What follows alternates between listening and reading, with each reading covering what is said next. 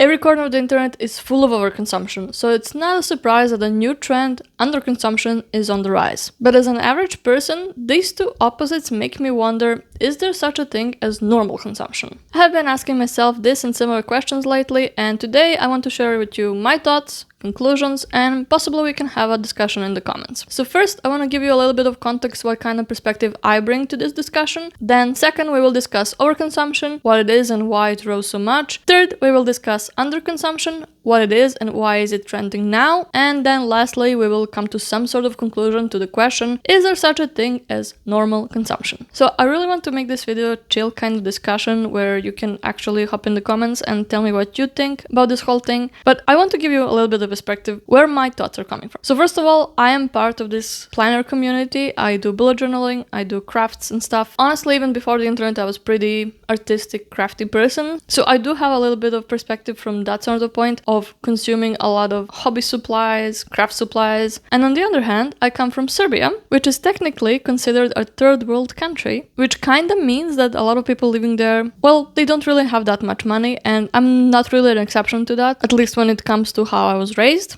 And I was also surrounded by people who were more or less in a similar position. And I want to kind of challenge the idea that because you're poor, you cannot overconsume, or that just because you don't have money, you necessarily underconsume. So keep these things in mind when we discuss these later points. So first thing is overconsumption. And I don't think I really need to tell you that the whole internet is full of overconsumption in every corner. The first of all being fashion, makeup, skincare. And I think part of the reason why is that we as women feel the need to fit in society's beauty standards to a certain extent, less or more, and therefore we feel the need to feel beautiful. A lot of us feel this pressure, so a lot of influencers steer toward that category of overconsumption. Not many of them actually are, for example, overconsuming stationery or art supplies, which does not mean that those categories don't suffer from this sort of thing, but it's just the fact that an average woman will still first consume and then possibly also overconsume fashion, makeup, and skincare, versus an average person might not consume so much of stationery and might even not consume stationery at all. However, we as normal people really need to keep in mind that these influencers, first of all, receive a lot of PR packaging, especially from makeup companies. Then second of all, they still buy a lot of things because then they make content from those things. And third of all, they write those things off with taxes. So for an average influencer, all of these things essentially cost them less and in the end even make them more money compared to an average person, which will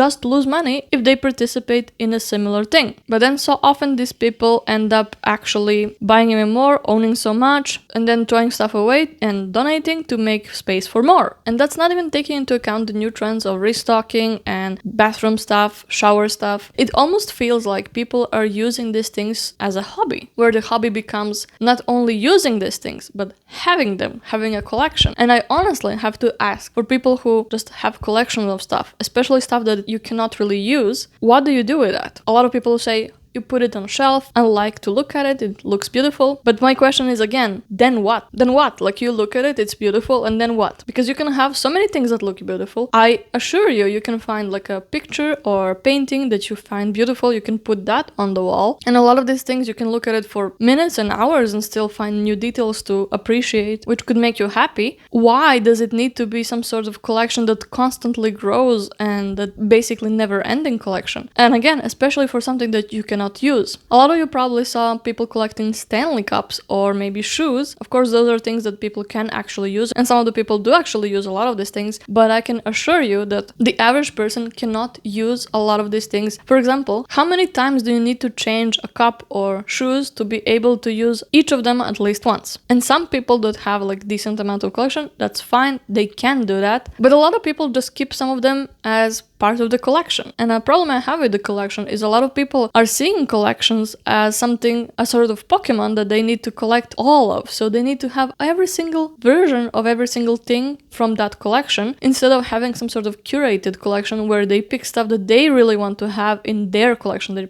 their personal collection, which kind of sounds ridiculous when you think about it. What we're doing is kind of looking to have a complete collection versus something that is very personal and something that feels like is expressing some part of ourselves in a sense of personality or maybe interest. So with so many influencers in different niches showing off their collections of items constantly online, we as average consumers of this content feel the want and need to also buy and have maybe part of that collection. And remember, influencers make money from showing off their stuff and you buying something of them. A lot of the times, influencers don't really make a lot of money from views, likes and clicks, but they do make a lot of money from selling you stuff. They show off something, they link it in their bio, you buy it and they get a percentage of that. Imagine one of those restock videos where they show maybe 20-30 different items. Even if every 50th person buys something, with that many views and that many clicks, they will make a lot of money from that because they pump out videos all the time. So even if you just look at a video, maybe just leave a like, it comes up on another person's For You page, that person maybe think that the whole thing is ridiculous, but maybe just this one thing kind of makes sense, they like this one thing, and they go buy it, influencer is making money. They don't care that the whole thing is maybe ridiculous and they're not using it, they really only care that they sold this person this one item, and then it repeats to many people. It doesn't matter that this one person found just one item that they liked and it didn't like the rest because some other person will like something else, and in the end they will make quite a bit of money. I think what goes to show you here is that a lot of these people that make especially restock videos, they only use items that you can find on Amazon. They never put stuff that you can just find randomly because they're trying to maximize the money they're making. So for everything that they're showing you, they could possibly make money. If they show you something that they cannot link, they're wasting their time and they're wasting the potential to put something that they can link and possibly make money of. So what is the problem with overconsumption? It's becoming a lot. Of course, overconsumption has always been a thing, but since the rise of internet and especially the short form video content, Reels, TikTok and Shorts, it has become much worse because these people showing off their things don't really have the time to explain why they like something or possibly say some sort of flaw that the items have. They just keep pumping out things that they could possibly sell you. The algorithms are such that they basically require you to pump out videos all the time, and you can only show off this one thing so many times, so you need more things to show off, which then fuels overconsumption. And the same thing then happens to you. You buy one thing that one influencer said is good, then a bit of time passes, you buy a second thing from another influencer, and the list goes on. The whole problem with this is that a lot of influencers show off things that they don't actually use, that are not actually good quality, and that you don't need, you possibly don't even want, but you're feeling like you're gonna miss out if you don't buy it, or they say that it's so good, it's the best item ever, and they say this about everything. They say this about every single item. Every mascara is the best one, every lipstick is the best one. People are starting to really make fun of influencers for making the influencer face about how everything is so shockingly great, when in reality it's just average. And an average person might actually not like it at all. And then we circle back to the fact that this item, an influencer could be gifted, or the post might be sponsored, so the person does not actually like it at all, but they have to say it because it's a sponsored post. So they're actually lying to you to make money from you, and you end up with a bunch of stuff you don't need. But I think we cannot really discuss all this without asking ourselves, what is actually overconsumption? Is it buying items or owning a lot of items? And I actually don't know the right answer to this question, because a lot of people who don't really have that much money can go in cheap stores and overconsume and buy a lot of stuff, but it's not actually spending a lot of money. But then again, if something is gifted to you, whether you're an influencer getting that from PR or you're just a regular person getting a gift from your mother, it's not your fault that you have the item. Maybe you just have a lot of friends, you have a birthday and you get a lot of stuff. That's not necessarily overconsumption in that sort of sense. But my next question to all of that is,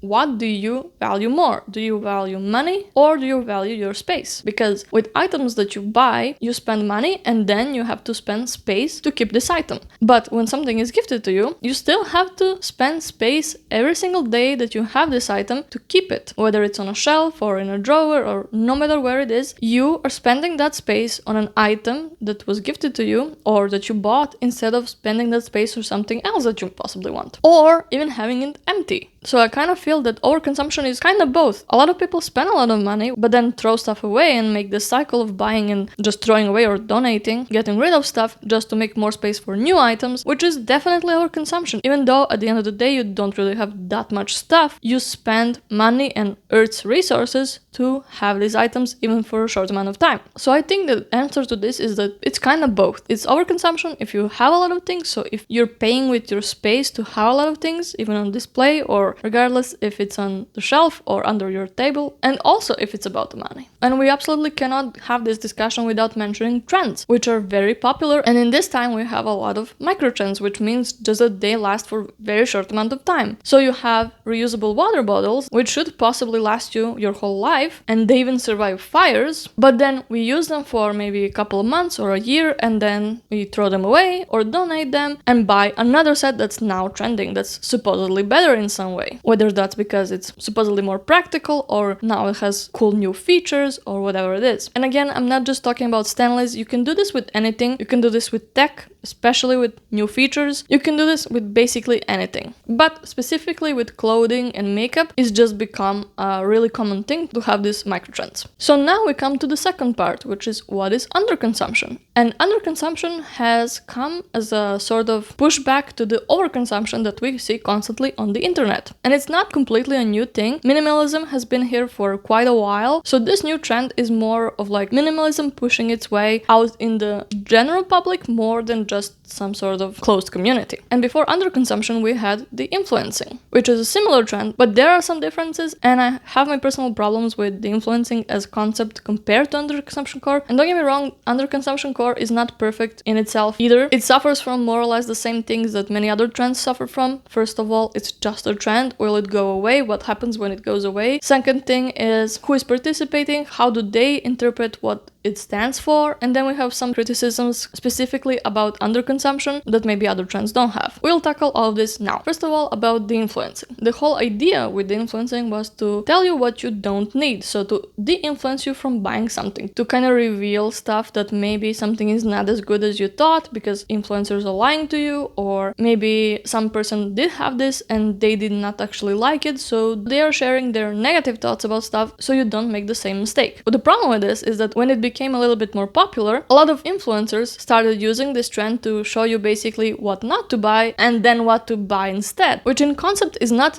too bad necessarily, because maybe you are looking for something specific, let's say a new sneaker, and hearing about the influencing maybe makes you think that the thing you wanted to buy is maybe not the perfect thing for you and you should go look for something else instead. But the problem is again that influencers are lying so many times. They are just pushing their own agenda, again using this thing to say, okay, don't buy this one concealer, this one is better, but actually that other one, they are sponsored to say that, or it's their own company. It could be many things. Just because they're saying this other thing is bad does not necessarily mean that they're not lying, that this new thing is better in any way. But underconsumption core is not like that in that sort of sense, because it's more focused on not buying at all. As it says in the name, it's underconsumption, so you're consuming less than an average person, I guess, but still you are not buying something. And many things that people are showing in this trend are people having just a couple of things in their bags, just a couple of necessary clothing pieces, people showing their items where you can see wear and tear, having maybe one or two bags, having maybe one of each shoe type for different occasions. And basically what they're saying is this is also okay to do. This is also worth showing off, not just perfect curated collections. So what's the problem with that? What's wrong with that? I saw a couple of different criticisms regarding underconsumption, and we will talk about them now. The first one being that underconsumption core is basically just being poor. That people cannot afford all of these items, so they just have what they have and they're showing it off. And in sort of sense, other people who maybe have more are kind of either rubbing it in their face or they're just kind of making fun of them. And I have to say, I understand where this is coming from, because again, some people making these things, it could seem that way, but I think overall it's not completely true. First of all, because like I said, as someone coming from Serbia, where I was surrounded by people who did not necessarily have a lot of money, trust me, people who want to overconsume, who feel the urge, who really feel the need to do that, will find a way. They sometimes go into debt, they buy cheapest things possible just to have some sort of collection. And I'm sure you also know a lot of people who have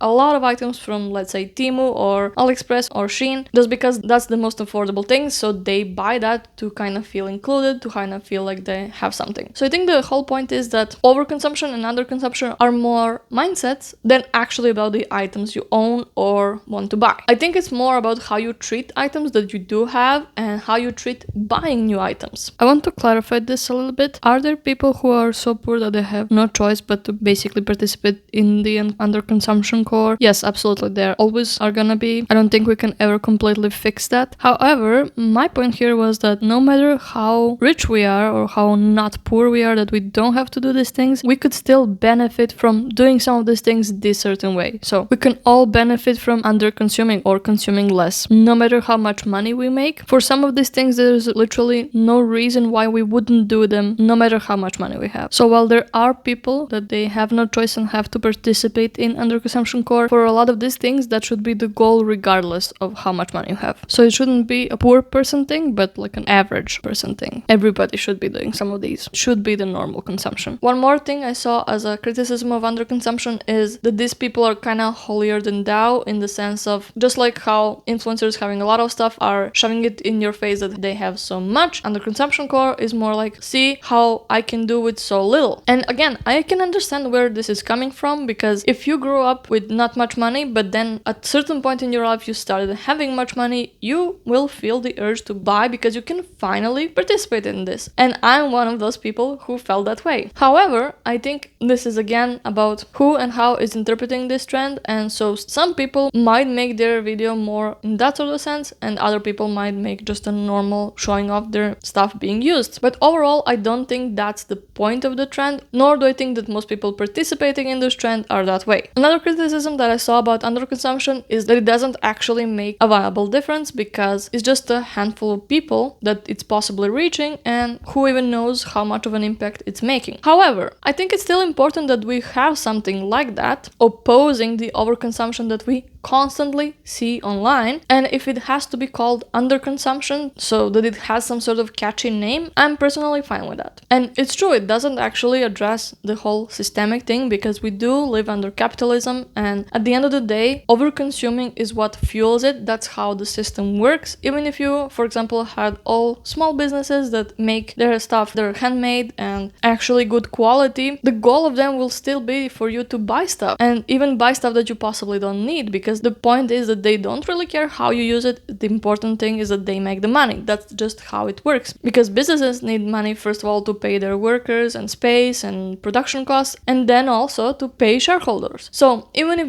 those did not exist, because it's a small business, they still need to make as much money as possible to grow the business. So the point is that there is no real thing that we as individuals, especially in a TikTok trend, can do, and especially because this is a trend that's not really about speaking, just showing some stuff, you cannot really discuss these systemic problems. And I think this is going a little bit too deep for this video. While I agree with some of these criticisms, I don't really feel like I'm the right person to talk about them. I don't really feel like I'm qualified to talk about these things, nor can I be sure that I have some sort of solution for this, personally. I have 2 more criticisms for you. I have 3 more criticisms for you. One of them being that this is only affecting people who are chronically online. This one I saw mostly in the comments, but there are some people also talking about it. So, is this really only affecting people who are chronically online because this is what people see? Maybe, but my question for that is that really important? Because again, those who are chronically online are also seeing all the overconsumptions. So in that sort of sense, this underconsumption is a good opposite force that they will also hopefully see if we keep making it as a trend in some sort of way, whether it's called underconsumption core or any other way. I think it's really important that we have some sort of opposite force to overconsumption. And I actually don't really fully agree that it's only for people who are chronically online, because these people at the end of the day have friends and family who are possibly not chronically online, and they will hopefully kinda relate the point of this trend to them for some things. For example, me, there were times where I told my friends or family when we were shopping together that they possibly don't really need this because they don't, and where I get that mindset is possibly from the internet. So I think maybe not directly, but indirectly it could have if this trend truly reaches you. Now we come to the really important one, which is that underconsumption core can be dangerous in some sort. Can it be? I actually think it kinda can, not in the sense that you maybe think, but some of the people showing off their items are showing expired makeup, fire hazards, stuff that are possibly not really good for your health, such as old running shoes. So the question is, where is the line? What is just underconsumption core in the sense of that it's just not buying too many of certain categories and just using up the stuff you do, comparing to actually endangering your health and well-being? And that brings us to the last criticism, which is, isn't this just normal consumption? Which is what I'm trying to answer today. I've been consuming a lot of this content, criticism of under and overconsumption, people talking about it, saying their personal opinion, and a lot of the points I brought up here are from these people. I will link them in the description so you can continue your research and discussion. But for a long time, I was not sure that I can answer a question, what is normal consumption? Why? Here's the thing, all of us that are just average people have probably overconsumed something in some part of our lives, whether that was when we were young, when we first started to earn money, so we started buying more things. So is that what's normal? The point is, it depends really who and when you ask. For example, is there a difference between how much people consume in Europe versus America? I don't know because I've never been to America, but a lot of these videos are from America. But then you have to ask, is this representing what average person does? Probably not, but there are some indications that America consumes more than Europe. Does this mean that Europe is somehow under-consuming? Probably not. Like some countries, such as Serbia, people living there on average definitely have less money. But again, like I said, even those people can absolutely overconsume cheap items such as stuff from Shein, Temu, and AliExpress, or even groceries and stuff like that that's more easily available. So I don't think that necessarily money is the thing here. But on the other hand, living in Serbia, I've definitely seen less trends really catch up, or a lot of people actually participating in many trends. Not to say that they don't, or no trend ever caught up, just to say that not as many trends really became a thing there. Now I'm living in Austria, it's a similar thing. I don't really see many things that I think are trends. Yes, there are definitely things that a lot of people are wearing. For example, here in Austria, it's really common that people wear Birkenstock, but it's also not necessarily a trend. A lot of these people have these shoes for years and years, but definitely, for example, when you look on the Birkenstock subreddit, you can see people over-consuming and having huge collection. And they will say, this is bought over the years, but at the end of the day, the point is,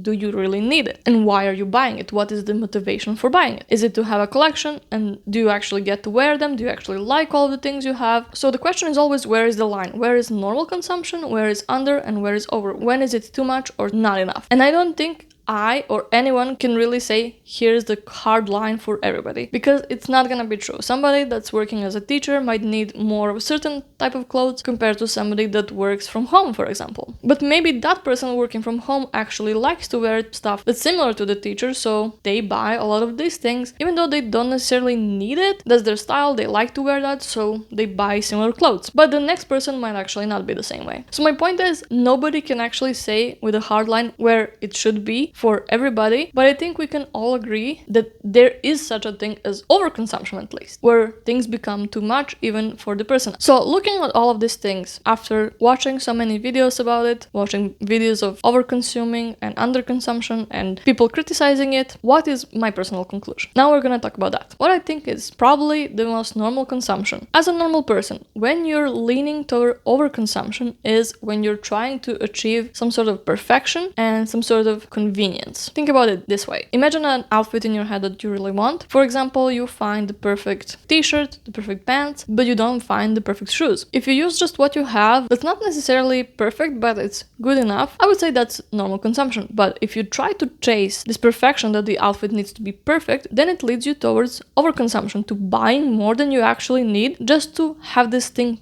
perfect. Similarly, about convenience, if you're trying to buy something to make your life easier in some way, if you try to keep doing that to try to make your life more and more and more convenient, I think that person would be leaning towards overconsumption. Because when you think about it, it's not that inconvenient to do this 1, 2, 3 things. An example I can give here is maybe buying so many kitchen gadgets to supposedly make it easier for you to cut stuff and make certain things and make ice cream and make coffee and make this and that. It is true that some of these things you really do need and you're gonna use a lot. I'm not saying that, but I'm saying if you keep doing that and you try to chase like all the things you find inconvenient and you try to make it more convenient, you're leaning toward overconsumption. So what is then underconsumption and possibly normal consumption? Is there a line between these two? I'm not sure, because again, only person who can answer that and know that is you. But in that sort of sense is accepting that not everything needs to be perfect and not everything needs to be super convenient. That's what I think is leaning towards underconsumption. So just accepting imperfections, basically. It's realizing that what you have is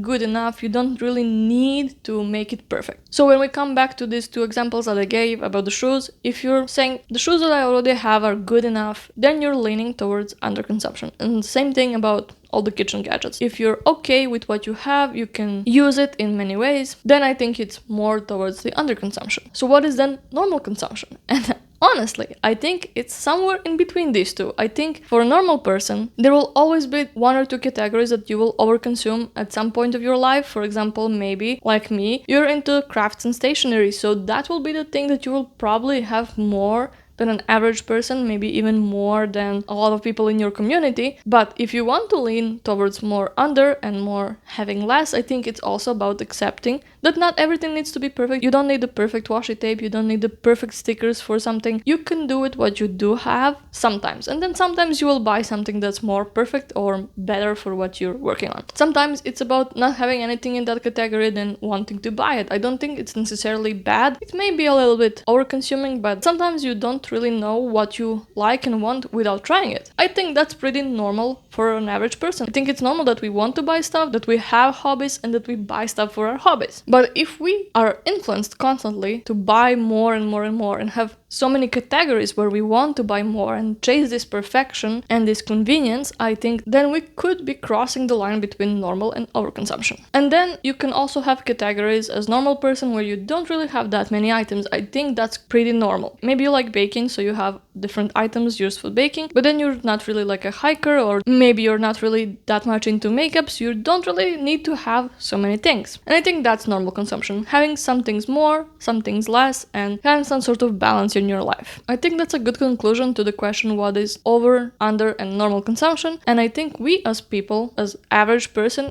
really need to think about the balance between these lines in each category and in total of our lives. And again, I think it's really about which thing you value a lot. Do you value money? Do you value space? Or do you really value this thing that you have? Because it can be either. You can get a really meaningful gift from your grandma, for example, and then it is costing you space, but it's really important to you, so it's worth it. Maybe you buy something and you really like it and it's taking you space, but it's really worth it. Maybe you buy something and it's okay for the money, but you really value the space and you really don't use it enough, so you want to get rid of it. That is also okay. Although you should really try to rehome it before just throwing it in the trash, if you can, of course. So I think that's what we should be striving for, no matter what category we like to overconsume in, no matter what's our hobby, what we like to do. As somebody who is part of the Planner Bujo stationery community, I could make a whole separate video about overconsumption in our community. Maybe I will, but I think we need to have this discussion first about defining or asking ourselves what is under,